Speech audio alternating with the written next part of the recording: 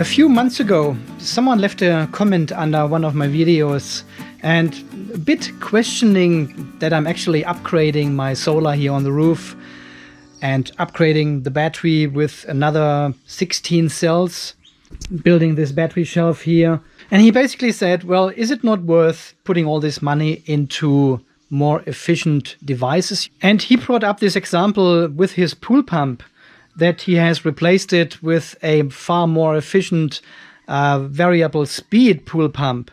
The pool pump is still on my list, actually, because the pool pump we have here is about 20 years old. This must be the first pool pump they ever installed here when they built the pool, somewhere back in the 90s. And because it was still running and it was connected to the cheaper tariff, I didn't pay too much attention to it. But I knew the pool pump is the biggest load here on my property. It uses far more energy than the hot water system, for example, or charging the electric vehicle. Well, if I can find this comment, I'll show it here on the screen now. He's absolutely right. You should always look after more efficient devices first before you think about installing solar or upgrading your solar, upgrading your battery, installing more and more and more energy production. It is far more efficient if you look into more efficient devices and upgrade them instead. And we have done a lot of upgrades here in the off-grid garage already. We have replaced the outside halogen lights with far more efficient LED lights. Even they are still on in the night now, but it is a nice feature. I really like it. We have upgraded the fluorescence tubes here inside the garage, and I already had one inside the house still. Yeah, the laundry still has one of these fluorescence lights, and I upgraded this with an LED as well, which uses only a quarter of the power before, so far more efficient.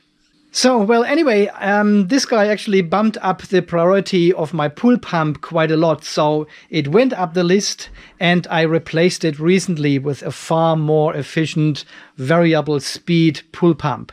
The one before had only, well, one gear, so to speak, one speed. It turned on and it turned off. And it always used this 1 kilowatt of power while running. And in summertime, when it's hot out here, we have to run the pool pump for about 7 to 8 hours a day. So this was always like $1.50, $1.60 per day, just running the pool pump. And here I've got the old pool pump already because I have replaced it 2 weeks ago. So this is the old one here, 1.5 horsepower, I think it is. No, it doesn't even tell. Oh yeah, here, watts, 1100 watts. Just an electric motor and the pump and the filter. Typical combination for a pool pump here. Hey kitty. Yeah, and this is the new pool pump here. Again, motor, pump, filter system. So it's the same principle. But this time we've got a controller here on top of the motor. And we can actually adjust the speed. Because I've got the pump connected to a Sonoff remote switch, I can actually see the wattage here of the motor at the moment. So we are down to 284 watts in comparison to 1 kilowatt before. And if we now increase the speed here to the medium settings, so this one is 1400 RPMs, and then we go to medium speed. So 673 watts. This is at 2400 RPM, and then we can go to high. It's 2850. Yeah, and this will then use again 1000 watts of power. That's basically the same setting as the old pump was before. Then we go back to low. And the power usage drops to only 300 watts. So the pump basically runs on low power all the time just to circulate the water inside the pool. And the medium settings is if you attach the pool cleaner here. This is a suction pool cleaner, so it needs a bit more power to actually start up. And then the high settings are if you want to back flush the filter system, the sand filter there, you need a higher RPM, a higher throughput of water to clean the filter system. But usually it runs now on the low settings all the time. And this is quite a big saving now. Here on this diagram you can basically see when I switch the pool pump from the old one here to the new one. can see this is the old one. It was between 5.5 and almost 7 kilowatt hours a day. And when there's no bar visible for these 2 days, I had the pool pump connected to the off-grid system here with an extension cord running here over the driveway back to the pool pump. That was when we had so much power then here, we just needed to connect something. So I let the pool pump running for the whole day on battery, basically. Yeah, and then here on the 16th, 17th, I switched over to the new pool pump, and you can see we're using only less than 2 kilowatt hours a day now for this pool pump. If I have the pool cleaner connected, like on this day, the bar is a bit higher. We're using about 5. Yeah, and because this circuit for the pool pump was actually connected to the outside meter box here. Yeah, the pool pump was basically connected to this meter here as well, which is the cheaper tariff. I could easily take off this whole circuit here in the meter box and connect it to our off-grid system. So since yesterday, the whole pool pump circuit runs from the off-grid system here.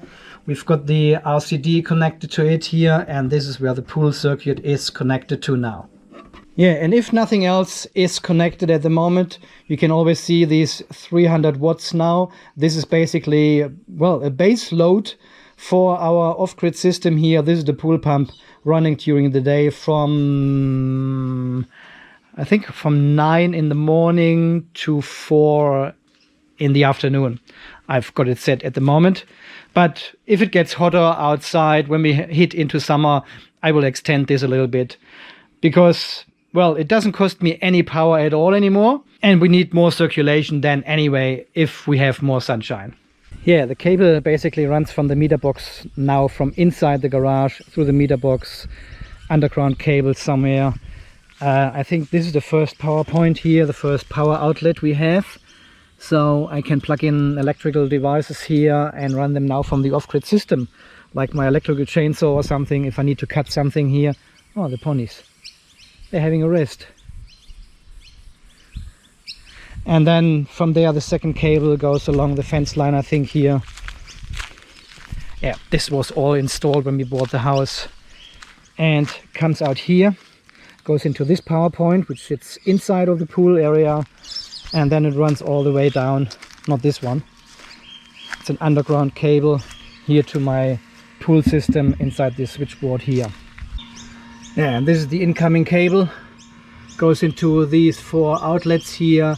And I've connected all these outlets through Sonoff devices here inside this little box here. So you can see I've got the pool light in there, the pool pump here with a switch, and the grey water pump is in there as well. So in summertime it's not a problem at all, because, well, we are harvesting here up to 20 kilowatt hours a day from our solar. And I can easily spare off these 2 kilowatt hours for the pool pump. Even if I run the pool cleaner, it probably takes about 4 to 5 kilowatt hours a day. No big deal. Because now I can put in the pool cleaner when we have enough energy in the battery and when the sun is shining. I can actually determine when I use the pool cleaner or when I backflush the filter or something using more power. I do this now when the sun is out and when we've got enough energy in the battery. In wintertime, though, we will probably harvest only 2 to 3 kilowatt hours a day. And this would just be enough to run the pool pump then. But on the other hand, in wintertime, the pool pump is not running that often and that long. I probably reprogrammed the Sonoffs then to run only for 2 or 3 hours instead of 8 hours. And this will then be between 0.5 and 1 kilowatt hour a day only. The inverter can actually deliver only 3 kilowatts maximum, 3 kVA to be precise. And if the pool pump already runs with 1 kilowatt and we've got the irrigation pump here with 1 kilowatt and I want to charge the vehicle with 1.5 kilowatts, there would be not enough power. But on the other hand, all of these devices are connected through Sonoff switches. So I can actually determine which device is running at what time. So if the irrigation pump is running, I don't charge the car, and the pool is running only on this low speed. Doesn't use much extra power. If I charge the vehicle, I don't need to backflush the filter system of the pool or have the pool cleaner inside. And now with the new software version in the Tesla, we can actually dial down the charging speed from the app. So I can always adjust the loads here to the available power coming from the inverter, from the sun, from the solar charge controllers, and from the battery. So even we have relatively high loads connected to our off-grid system here, these loads are not running at the same time. I can absolutely manage this myself to make sure we are not overloading the inverter. And to be honest, occasionally it happens. Especially when I use the electric chainsaw, for example, or the garden shredder behind the garage here, and my wife turns on the irrigation pump at the same time. We may get into a situation where the inverter actually shuts off because of overload. So the chainsaw stops then, and the irrigation pump stops, everything stops basically, and we are just losing power here inside the garage for a few seconds until the inverter comes back up, and then everything is running as normal again. So we have to manage our load a little bit because this is only a 3 kVA inverter. I have mentioned this before. I am not sure if we upgrade the inverter at some stage. I was looking into getting the Victron Phoenix inverter with 5 kVA. This is the Victron Phoenix Smart inverter. This cannot be paralleled with any other inverters. So probably it wasn't the best decision to buy this inverter. I should have paid attention to that and should have bought a 3 kVA Phoenix inverter, which then can be paralleled with other Phoenix inverters. So we can stack them up. So I'm looking into upgrading the inverter for quite a while now, but I still cannot really justify it because, as I said, I've got the Sonoff switches everywhere and I can actually manage the load for the inverter usually. If the irrigation pump is running and I'm charging the car, I cannot use the chainsaw at the same time then. That's just the rule. And I cannot really justify to spend another $2,000 on another inverter just so I can be more lazy then and I don't need to pay attention that much anymore. You know, it is totally manageable. And I think we are getting a good use of this 3 kVA inverter here. And once we are going to connect the house anyway in a couple of years' time then, well, this is a totally different situation then. And I'm not sure if I would go with the Phoenix inverters in this case. I would rather looking at the Multiplus 2. But in 7 years' time, there might be a Multiplus 3 already on the market. So it's not worth looking into upgrading any of these inverters at the moment at all. So because I've got the pool pump connected since yesterday to the circuit here, I will monitor the situation for a couple of weeks now and see how we go. But we are heading into summer now, so until I think January or something, when is the longest day here? I can't remember. And I probably want to experience one winter period as well and see how much power we actually get with the upgraded system on the roof now. And until then, we've got the larger battery in place now and probably have upgraded the solar on the roof as well. So we are getting more solar in wintertime anyway. Yeah, guys, anyway, this is just a quick update.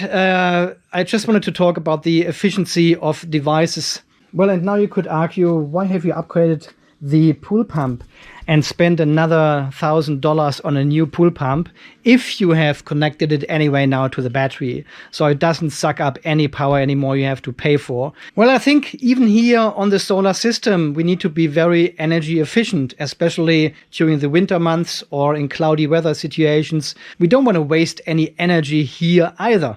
So hence I decided to go ahead with LED upgrades for the outside light and here for the light tubes with LEDs. And now as a third step as well, the pool pump comes in and runs from the battery as well. So we are now 2 steps off the grid. We've got the irrigation pump off the grid.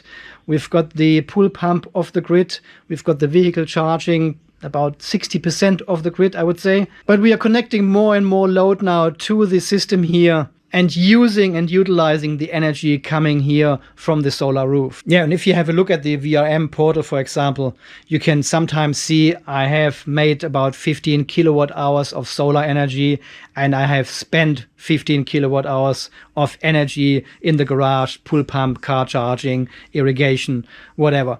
And the battery is only there to buffer these peaks, but the state of charge basically doesn't move much during the day. And this is probably a very good, efficient way to use the solar energy directly without storing it first in a battery. Yeah, in the future, I'm not sure if I will stay with the Sonoff switches. I want to have a little bit more integrated system at some stage, which integrates better with the solar. So a little bit more of automation. If we have solar coming in and the battery is already at 95%, then crank up the pool pump or start the vehicle charging automatically or start the irrigation pump or something like this. So I'm really looking into a little bit of more automatization in the future. Not yet. We have still a lot of work to do with this second battery and more solar here on the shed. But eventually we will look into this and get this a little bit more automated as well. Within the Sonoff app, you can also set certain scenes, so certain conditions. For example, I can say, if the hot water turns on, the car charging will turn off. So you can see if hot water comes on, then car charging will turn off. So you can set certain priorities within the Sonoff system already. Okay guys, so far this update from the off-grid garage here from today, just talking a bit about energy efficiency and what I have done so far. So I think we are getting there slowly now. And guys, as always, thank you so much for all your support here on the channel, for all your donations, all your t-shirts. Oh, I haven't got my t-shirt on. Thank you so much, guys. And until the next video, stay charged, stay safe, and thanks again for watching. See you then. Bye-bye.